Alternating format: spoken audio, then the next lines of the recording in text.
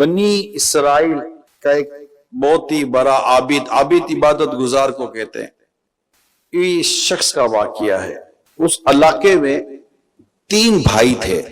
ایک بار اس عابد کی خدمت میں حاضر ہو کر وہ کہنے لگے، ہمیں ایک سفر پہ جانا ہے، واپسی تک ہماری جوان بہن کو آپ کے پاس ہم چھوڑنا چاہتے ہیں۔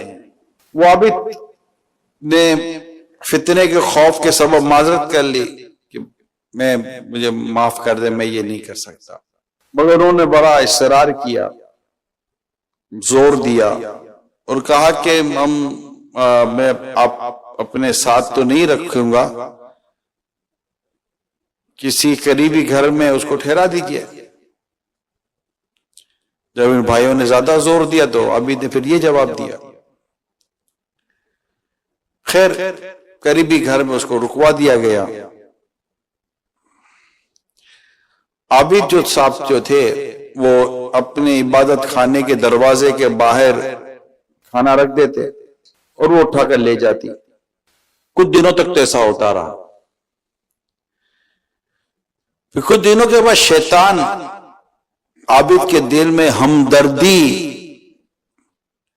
کے انداز میں ایک وسوسہ ڈالتا ہے کہ کھانے کے اوقات میں جوان لڑکی اپنے گھر سے نکل کر آتی ہے، کہیں کسی برے شخص کی نظر پڑ گئی تو بڑا مسئلہ ہو جائے گا،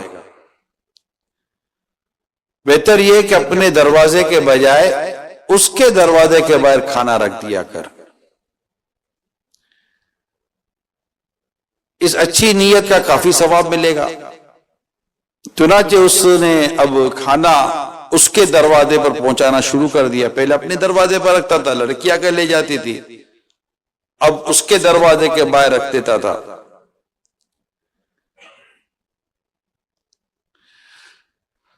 چند روز بعد شیطان نے پھر وسوسے کے ذریعے عابد کا جذبہ ہمدردی ابھارا۔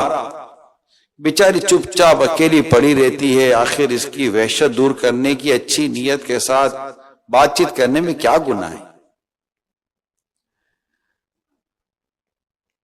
یوں بھی تو تم بہت پرہیزگار آدمی ہو، نفس پر تم قابو پا لیتے ہو، ثواب کا کام ہے، اس کی وحشت، اس کی تنہائی دور ہو جائے گی۔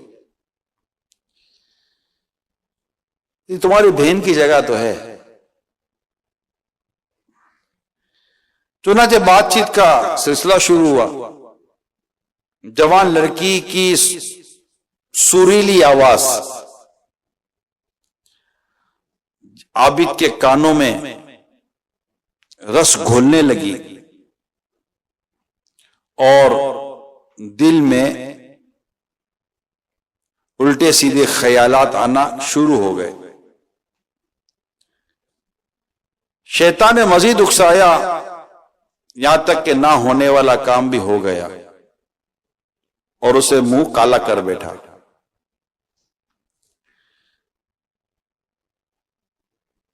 اب بھائی تو سفر پہ گئے تھے، بہن اپنی عابد کے حوالے کر کے گئے تھے اور اس کا یہ معاملہ ہو گیا، حتیٰ کہ لڑکی نے بچہ پیدا کر دیا۔ شیطان نے دل میں وسوسوں کے ذریعے خوف دلایا کہ اگر لڑکی کے بھائیوں نے بچے کو دیکھ لیا تو بڑی رسوائی ہوگی، لہذا عزت پیاری ہے تو اس بچے کا گلا گھونٹ کر زمین میں گاڑ دے۔ وہ ذہنی طور پر تیار ہو گیا، پھر فوراً وسوسہ ڈالا کہ کہیں ایسا نہ ہو کہ لڑکی اپنے بھائیوں کو سارا معاملہ بتا دے، بس اب بھلائی اور عافیت اسی میں ہے، نہ رہے بانس نہ بجے بانسری، دونوں ہی کو قتل کر ڈال، لڑکی اور لڑکا دونوں کو۔ اب اس نے دونوں کو قتل کر کے اسی مکان میں گڑھے میں کھود کر دفن کر دیا اور زمین اس نے برابر کر دی۔ جب تینوں بھائی سفر سے واپس لوٹے اور جب اس شخص کے پاس پہنچے، عابد کے پاس، اس نے بڑے افسوس کے ساتھ کہا کہ آپ کی بہن تو فوت ہو گئی، آئیے اس کی قبر پر فاتحہ کر لیجئے۔ تو عابد نے قبرستان لے گیا اور ایک قبر دکھا کر جھوٹ موٹ کہا کہ یہ آپ کی مرحومہ بہن کی قبر ہے، فاتحہ کر لیجئے۔ خیر فاتحہ پڑھی اور رنجیدہ افسوس کرتے ہوئے بھائی گھر واپس آ گئے۔ رات شیطان ایک مسافر کی صورت میں تینوں بھائیوں کے خوابوں میں آیا اور اس نے عابد کے تمام کالے کارناموں کو بیان کر دیا، اور جہاں پر اس نے اپنی اس کی بہن کو اور لڑکے کو دفن کیا تھا وہ پتہ بھی بتا دیا کہ تم یہاں اس نے دفن کیا ہے۔ یہ تینوں بھائی اٹھے اور اپنا خواب ایک دوسرے کو سنایا۔ تینوں نے مل کر خواب میں کی گئی نشاندہی کے مطابق زمین کھودی، واقعی وہاں بہن اور بچے کی ذبح کی ہوئی لاشیں موجود تھیں۔ وہ تینوں عابد پر چڑھ دوڑے، اس نے اپنا جرم قبول کر لیا۔ بادشاہ کے دربار میں شکایت کی گئی، مقدمہ دائر کیا گیا۔ عابد کو اس کے عبادت خانے سے گھسیٹ کر نکالا گیا اور سولی دینے کا فیصلہ ہو، یعنی اس کو پھانسی دے دی جائے۔ جب سولی پر چڑھانے کے لیے لایا گیا تو شیطان اس پر ظاہر ہوا، کہنے لگا مجھے پہچان، میں تیرا وہی شیطان ہوں جس نے تجھے عورت کے فتنے میں ڈال کر ذلت کی آخری منزل تک پہنچایا ہے۔ خیر گھبرا مت، میں بچا سکتا ہوں، مگر شرط یہ کہ تجھے میری اطاعت کرنی ہوگی، مرتا کیا نہ کرتا۔ عابد نے کہا میں تیری ہر بات ماننے کے لیے تیار ہوں۔ اس نے کہا اللہ کا انکار کر دے اور کافر ہو جا۔ بد نصیب عابد نے کہا میں خدا کا انکار کرتا ہوں اور کافر ہوتا ہوں۔ شیطان ایک دم وہاں سے غائب ہو گیا۔ سپاہیوں نے فوراً اس بد نصیب عابد کو دار پر کھینچ کر لٹکا دیا، مر گیا۔ عورت کے فتنے نے ایک عابد کو کفر تک لا کر کھڑا کر دیا، ایمان برباد کر بیٹھا۔ اللہ اللہ اللہ، کیا نوجوان کیا بڑے یار، اللہ کی پناہ۔ عورت کے فتنے میں مبتلا ہونے کی تعداد اتنی بڑھتی جا رہی ہے۔ مسئلہ تو بے پردگی بھی ہے، میں بھی مانتا ہوں، بے پردگی، بے شرمی، بے حیائی، سوشل میڈیا اور بھی بہت ساری چیزیں ہیں۔ اٹریکشن بہت ہے شادیوں میں، دعوتوں میں، اچھا پھر کمپنیز کے اندر، مارکیٹوں کے اندر، پھر mobile phone, messages, S M S, video calling, اتنی اپرچونٹی بڑھ چکی ہیں گناہ کرنے کی، اور اس طرح بدنگاہیاں، پھر تصاویر، پھر ایڈورٹائزمنٹ، بل بورڈز، کس کس چیز کا نام دیا جائے۔ ایئرپورٹ پہ جائیں، ٹریولنگ کریں، جہاں بھی جائیں، بسز، ٹرانسپورٹیشن، اللہ کی پناہ۔ فیملیز دعوتوں میں بڑے بوڑھوں نے مطلب روکنا بند کر دیا، بلکہ رکو تو کہتے کہ کوئی نہیں کوئی نہیں، بہن ہے بہن ہے، بہن جیسی ہے۔ ارے بہن جیسی ہے، بہن نہیں ہے۔ بھائی جیسا ہے، بھائی نہیں ہے۔ ماں جیسی ہے، ماں نہیں ہے۔ بیٹا جیسا ہے، بیٹا نہیں ہے۔ یہ ابا جیسا ہے، ابا نہیں ہے۔ یہ جیسا سامان، بہن سامان، بھائی سامان، یہ سامان ایسا ہٹتا پتا بھی نہیں چلتا۔ ارے یہاں تو بھائی بہنوں کے کیس پکڑے جاتے ہیں یار، کون سی دنیا میں جی رہے ہو؟ اتنا یہ سلگتا ہوا موضوع ہے، اور کوئی مطلب جھجک ختم ہو گئی ہے۔ اور اگر آپ ابروڈ چلے جائیں، باہر ویسٹرن کنٹریز میں جائیں، تو وہاں تو جیسے ہم مرد آپس میں ہاتھ ملاتے ہیں، اس طرح مطلب میل فیمیل ہاتھ شیکن جس کو بولتا ہے، ہاتھ ملاتے ہیں۔ اگر ہاتھ میں ملاؤ تو یہ بیڈ مینرز، یعنی اس کے پاس طریقہ نہیں ہے، اخلاق نہیں ہے۔ Can you imagine? یہ حالت ہے۔ جی ہاں، میں مسلمز کی بھی بات کر رہا ہوں۔ اور اب تو پتہ یہ چلا، جب ہم نے اس موضوع کو لیا، پتہ چلا یہ ہاتھ ملانا تو بہت پیچھے رہ گیا۔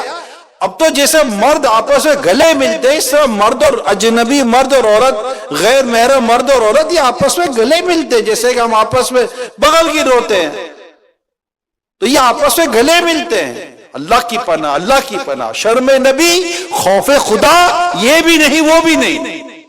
اب مصیبت ایک اور یہ ہے کہ بھائی بہن کے سامنے غیر عورت سے ملتا ہے اور بہن بھائی کے سامنے غیر عورت سے، غیر مرد سے ملتی ہے.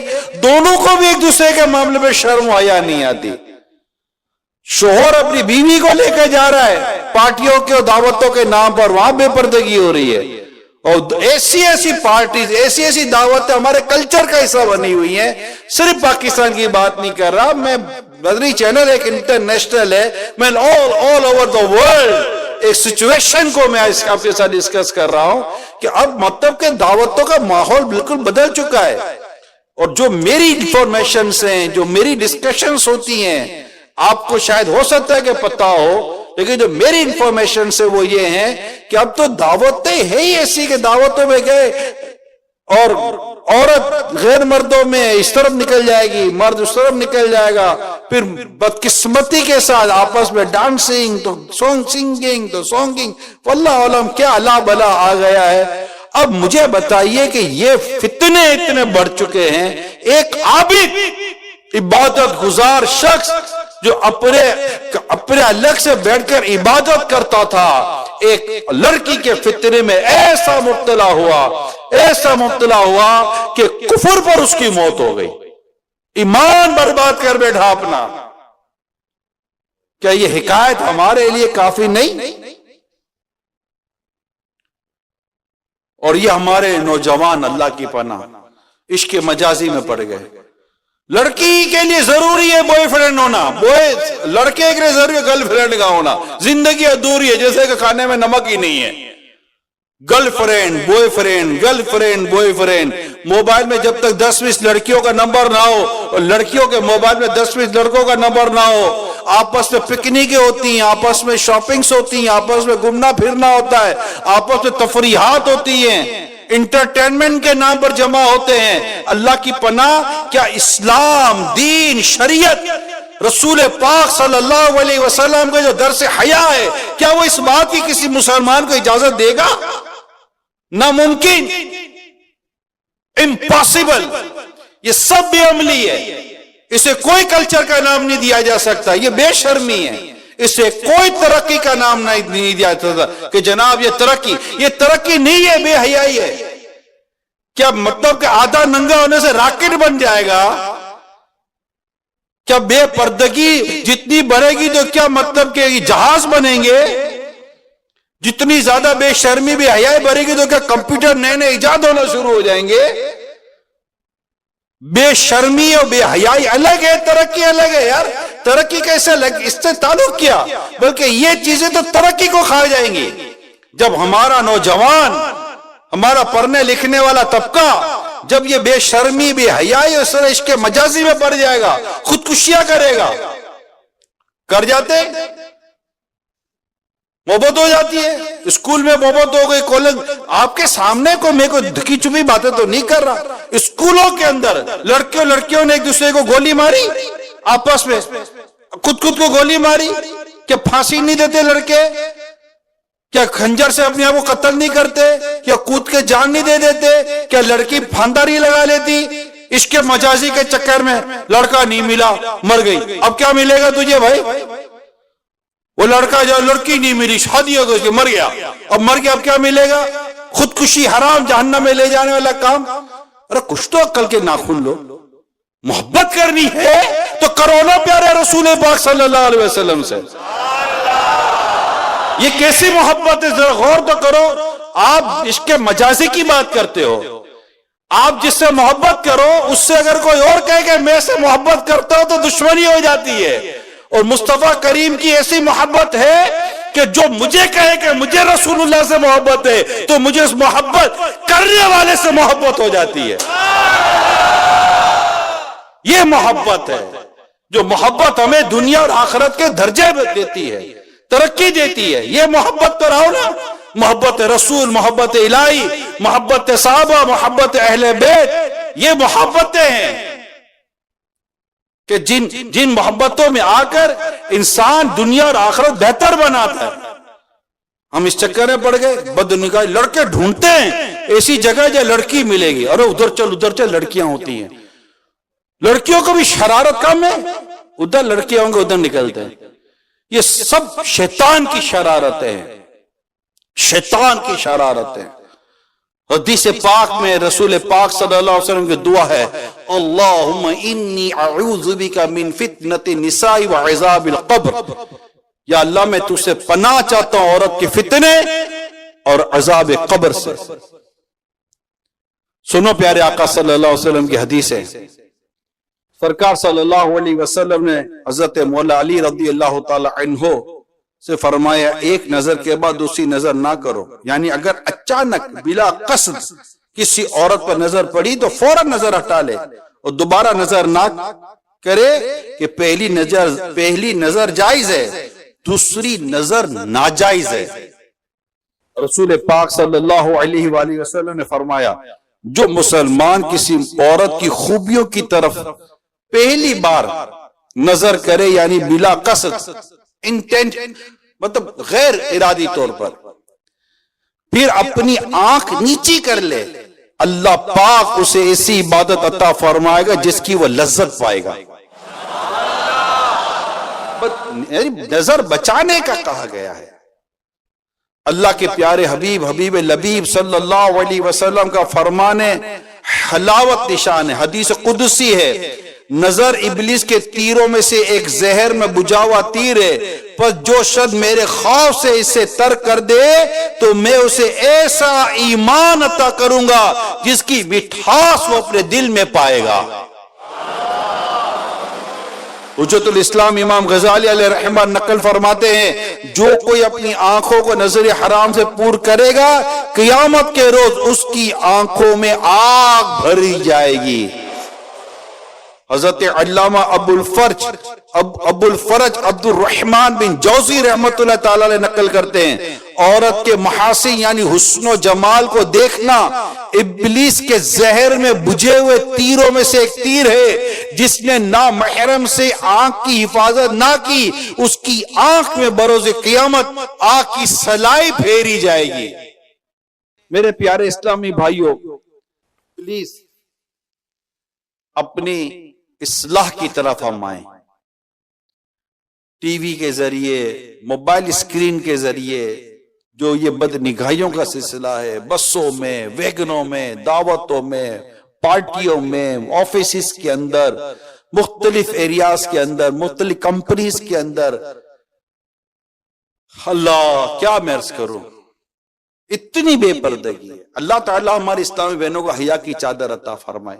اللہ کرے کہ وہ برقع پہننے والیاں بن جائیں، پردہ کرنے والیاں بن جائیں، شرعی پردہ کرنے والیاں بن جائیں. اللہ کرے اللہ وہ دین لائے.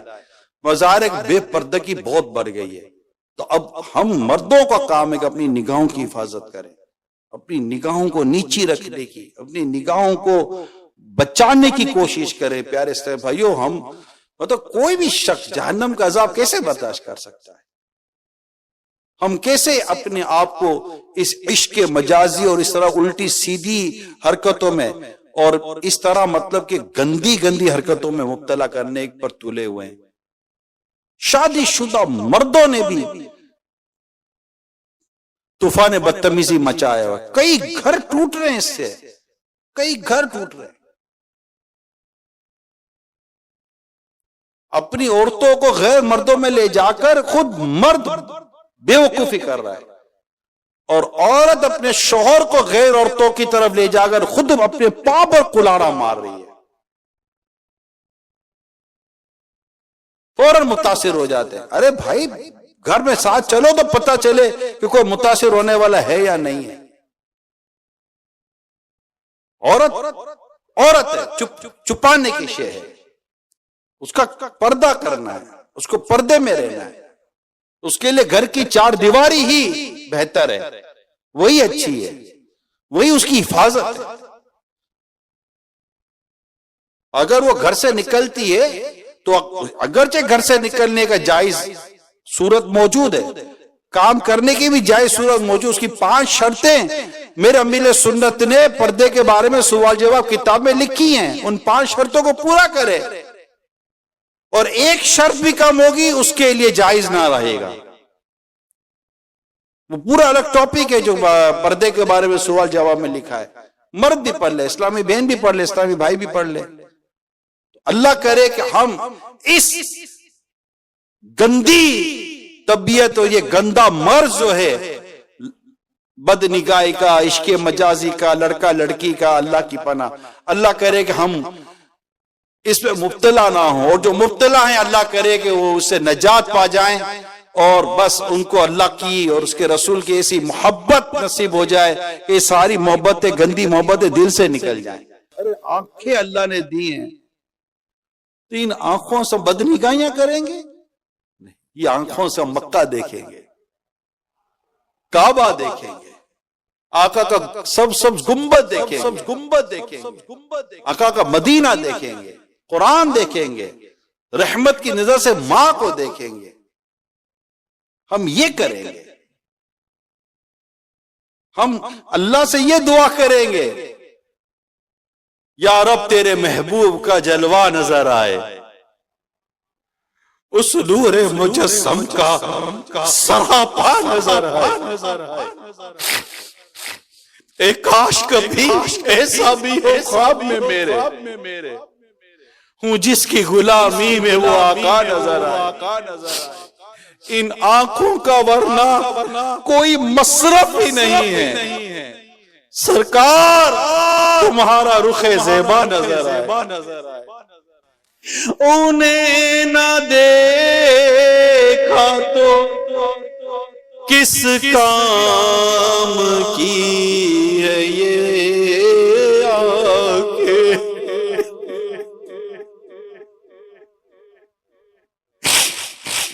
انہیں نہ دیکھا تو کس کام کی ہے یہ آنکھیں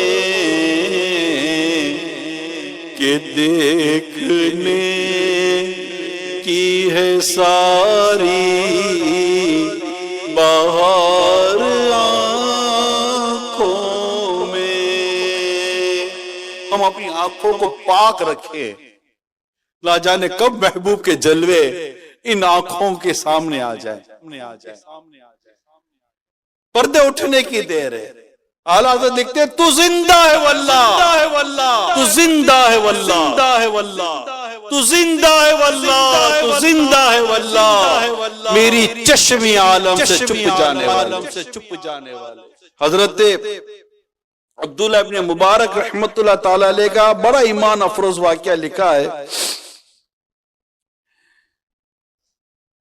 ابتدا میں آپ ایک عام سے نوجوان تھے. آپ رحمت اللہ تعالی علیہ کو ایک کنیز سے عشق ہو گیا اور معاملہ کافی آگے بڑھ چکا تھا. سخت سردیوں کے موسم میں ایک بار دیدار کے انتظار میں اس کنیز کے مکان کے باہر ساری رات کھڑے رہے، یہاں تک کہ صبح ہو گئی.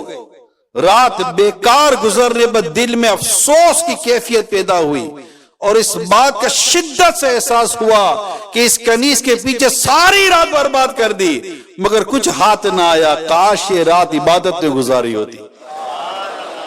اس تصور سے دل کی دنیا زیر و زبر ہو گئی اور آپ کے قلب میں مدنی انقلاب برپا ہو گیا. آپ رحمت اللہ تعالی علیہ نے خالص توبہ فرمائی، کنیز کی محبت سے جان چھڑائی، اپنے رب عز و جل سے لو لگائی اور کم ہی عرصے میں ولایت کی اعلیٰ منزل پائی. اور اللہ پاک نے شان اس قدر بڑھائی کہ ایک بار آپ کی والدہ رحمت اللہ تعالی علیہ آپ کی تلاش میں نکلی تو ایک باغ میں غلبن یعنی گلاب کے پودے کے نیچے آپ کو اس طرح سوتا ہوا دیکھا کہ ایک سانپ منہ میں نرگس کی ٹہنی لیے مغز رانی کر رہا ہے، یعنی آپ کے وجود کو آپ کے جسم پر سے مکھیاں اڑا رہا ہے. یہ مقام و مرتبہ آپ کو اللہ تعالیٰ نے عطا فرمایا. تو جتنے بھی میرے اسلامی بھائی اسلامی بہنیں اگر خدا نہ خواستہ اس معاملے میں مبتلا ہیں، فوراً اپنے موبائل سے اپنے تمام یہ جتنے بھی گروپس وغیرہ ہیں اریز کریں، ڈیلیٹ کریں. نہیں، ہم کو یہ نہیں چاہیے. ہم کو صرف اللہ اور اس کے رسول کی محبت چاہیے. ہم ان کی محبت پہ جینا چاہتے ہیں. ہم رسول پاک صلی اللہ علیہ وسلم کے عشق میں جینا چاہتے ہیں. ہمیں آقا کے عشق اور آقا کی محبت پہ جینا ہے. جنت میں لے کے جائے گی، جنت میں لے کے جائے گی چاہت رسول کی، جنت میں لے کے جائے گی سنت رسول کی، محبت رسول کی، الفت رسول کی. تو انشاءاللہ عشق رسول میں جئیں گے ہم، اور اللہ نصیب کرے عشق رسول میں ہمیں موت آ جائے. یہ اس طرح کی ہمیں دنیاوی گندی محبتیں نہیں چاہیے. اللہ مال کی محبت، اس طرح کی تمام محبتوں سے کاش ہماری جان چھوٹ جائے اور بس دل میں آقا کی یاد ہو اور نظر میں آقا کا مدینہ بس چکا ہو. آنکھوں میں بس گیا ہے مدینہ حضور کا. تو ایک کاش. تو ہمیں ان تمام تر چیزوں سے نکلنا ہے. کوئی اس طرف نہیں جانا، ایسے دوستوں کے پاس نہیں جانا، ایسی دعوتوں سے، ان تمام تر چیزوں سے کٹ جائیں. خاندان میں، رشتہ دار میں، بس ہم اپنی نگاہوں کی حفاظت کریں. میری اسلامی بہنیں پردہ کریں، شرعی پردہ کریں. خود کو غیر مردوں کی نگاہوں سے آپ بچا کر رکھیں. ایک روسی لڑکی، پورا واقعہ لمبا ہے لیکن میں اپنے موضوع کا اس پورے واقعے ٹکڑا نکال کر دے رہا ہوں. ایک روسی لڑکی، روس کی تھی، کسی مسلمان فیملی کی کوششوں سے وہ مسلمان ہوئی اور اس کی شادی ایک مطلب کہ مسلمان لڑکے کے ساتھ ہو گئی. ایک دن وہ گھر سے چلی، باہر نکلی تو دیکھا کہ وہ کچھ عورتوں نے برقعے پہنے ہوئے تھے. تو اس نے نہیں دیکھا تھا کبھی. تو اس نے کہا کہ کیا یہ ان کے چہروں پر کوئی نشان داغ واغ ہے جو اپنا چہرہ چھپا کر چل رہی ہیں؟ تو اس شوہر نے اس کے سامنے جو پردہ ہوتا ہے، شرعی پردہ، وہ سارا وضاحت کی کہ شرعی پردہ اس طرح ہوتا ہے، یہ جو اسلام و دین کا جو اصل پردہ ہے یہ وہ کر رہی ہیں. تو اس لڑکی نے کیا خوب جواب دیا، کہا کہ میں بھی اسی طرح پردہ کروں گی، کیونکہ یہ چاہتی ہے کہ ان کے چہرے کو کوئی غیر مرد نہ دیکھے. تو آج سے میں بھی قسم کھاتی ہوں کہ میرے چہرے کو میرے شوہر کے سوا کوئی بھی نہیں دیکھے گا، یعنی غیر مرد نہیں دیکھیں گے. اور اس سے باقاعدہ اپنے شرعی پردہ اختیار کیا. تو اللہ کرے کہ ہمیں یہ سعادت نصیب ہو جائے، ہم حیا والے، شرم و حیا والے، ہماری اسلامی بہنوں کا اللہ شرعی پردہ نصیب فرمائے اور ہم سب نیک بن جائیں. میری عادتیں ہوں بہتر، بن سنتوں کا پیکر، مجھے متقی بنانا، مدنی مدینے والے.